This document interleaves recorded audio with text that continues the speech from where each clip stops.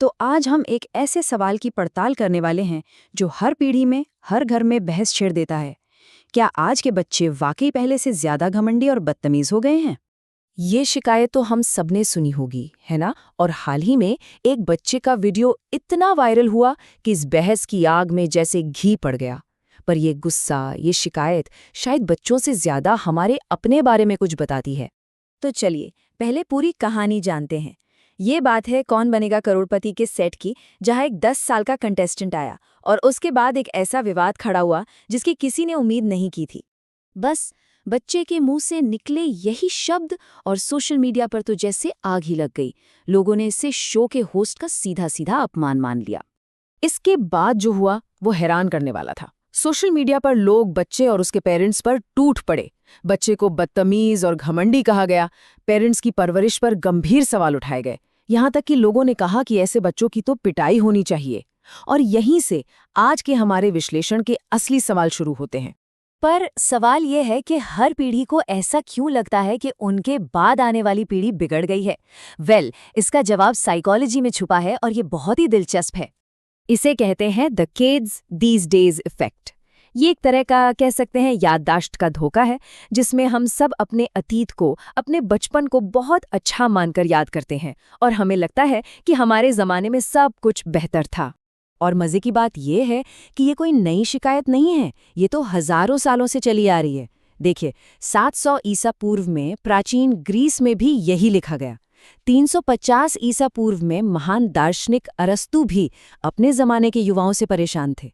मतलब हर पीढ़ी को यही लगता आया है कि उनसे अगली पीढ़ी तो बस बिगड़ चुकी है। तो एक तरफ तो ये सदियों पुराना दायस है, लेकिन इसका मतलब ये भी नहीं कि आज के पेरेंट्स और बच्चों के सामने सच में कोई नई और असली चुनौतियां नहीं है। इन्हीं में से एक चैलेंज है 6 पॉकेट सिंड्रोम। सोचिए, एक बच्चा है और उसकी हर जिद पूरी करने के लिए 6 लोग हैं, मम्मी पापा और दोनों तरफ के दादा दादी, नाना नानी। जब हर मांग पूरी होती है तो बच्चे को धीरे धीरे लगने लगता है कि वो जो चाहे उसे मिलना ही चाहिए, और यहीं से घमंड की भावना पैदा हो सकती है। और भी कई वजह हैं, जैसे पेरेंट्स का बच्चों को ज़रूरत से ज़्यादा स्पेशल महसूस कराना, उन्हें किसी भी बात के लिए न कहने से डरना। आजकल के न्यूक्लियर परिवारों में बच्चों पर उतनी नज़र नहीं रह पाती जितनी पहले रहती थी। और कोविड ने तो बच्चों के सोशल स्किल्स पर बहुत बुरा असर डाला है। और सबसे बड़ी बात, बच्चे अक्सर वही करते हैं जो वो अपने बड़ों को करते देखते हैं। और ये सारी चुनौतियां एक बहुत ही हैरान करने वाले आंकड़े में दिखती हैं।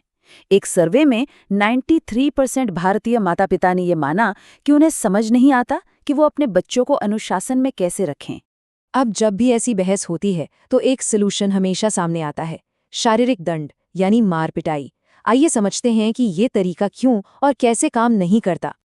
अक्सर लोग कहते हैं, अरे 2 थप्पड़ लगाने से बच्चा सुधर जाता है, सबक सीखता है। पर क्या सच में ऐसा होता है या हम कुछ और ही सिखा रहे होते हैं? देखिए, डर और सम्मान में जमीन आसमान का फर्क है। जब बच्चा डरता है तो वो बस पकड़े जाने से बचने के लिए, सजा से बचने के लिए आपकी बात मानता है। वो ये नहीं सीखता कि कोई काम क्यों गलत है। वो ये सीखता है कि ताकतवर इंसान कमजोर पर हाथ उठा सकता है। इसके ठीक उलट, जब बच्चा सम्मान करता है तो वो अंदर से सही गलत को समझता है, उसका आत्मविश्वास बढ़ता है। तो सवाल उठता है कि अगर पिटाई भी गलत है और जरूरत से ज्यादा लाड़ प्यार भी, तो बीच का रास्ता क्या है? अच्छी बात यह है कि साइकोलॉजिस्ट्स के पास इसका एक जवाब है, एक संतुलित रास्ता। इसे कहते हैं ऑथॉरिटेटिव पेरेंटिंग। और ध्यान रहे, ये ऑथॉरिटेरियन पेरेंटिंग नहीं है। वो तो तानाशाही होती है जिसमें सिर्फ हुक्म चलता है, क्योंकि मैंने कह दिया। ऑथॉरिटेटिव पेरेंटिंग का मतलब है प्यार और नियम का बैलेंस। इसमें नियम तो होते हैं, पर बच्चे को ये भी समझाया जाता है कि वो नियम क्यों जरूरी हैं। तो इसे अपनी जिंदगी में कैसे लाएं?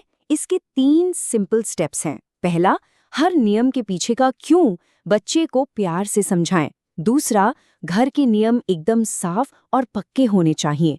और तीसरा, जब बच्चा नियम तोड़े तो उसे गुस्से से नहीं बल्कि प्यार और दृढ़ता से सही रास्ते पर लाएं। तो अब जब हम ये सब समझ गए हैं, चलिए वापस चलते हैं उसी केबीसी वाले बच्चे के वायरल मोमेंट पर और उसे एक नए नजरिए से देखने की कोशिश करते हैं। देखिए, जो छोटी सी क्लिप हमने देखी वो पूरी कहानी नहीं थी। पहली बात, जब बच्चे ने वो लाइन बोली तो ऑडियंस ने हंसकर और ताली बजाकर उसे और बढ़ावा दिया। दूसरी बात, टीवी शो घंटों की शूटिंग को एडिट करके सिर्फ वही हिस्से दिखाते हैं जो ड्रामेटिक हों, जिनसे टीआरपी बढ़े।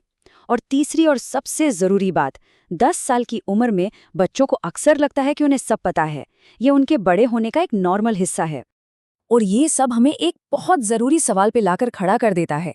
हमें सोचना होगा कि हम एक समाज के तौर पर क्या चाहते हैं। एक ऐसा समाज जो बच्चों के आत्मविश्वास को, उनकी उत्सुकता को बढ़ावा दे, या फिर एक ऐसा समाज जो उनकी एक छोटी सी गलती को पकड़कर उसे सोशल मीडिया पर एक तमाशा बना दे।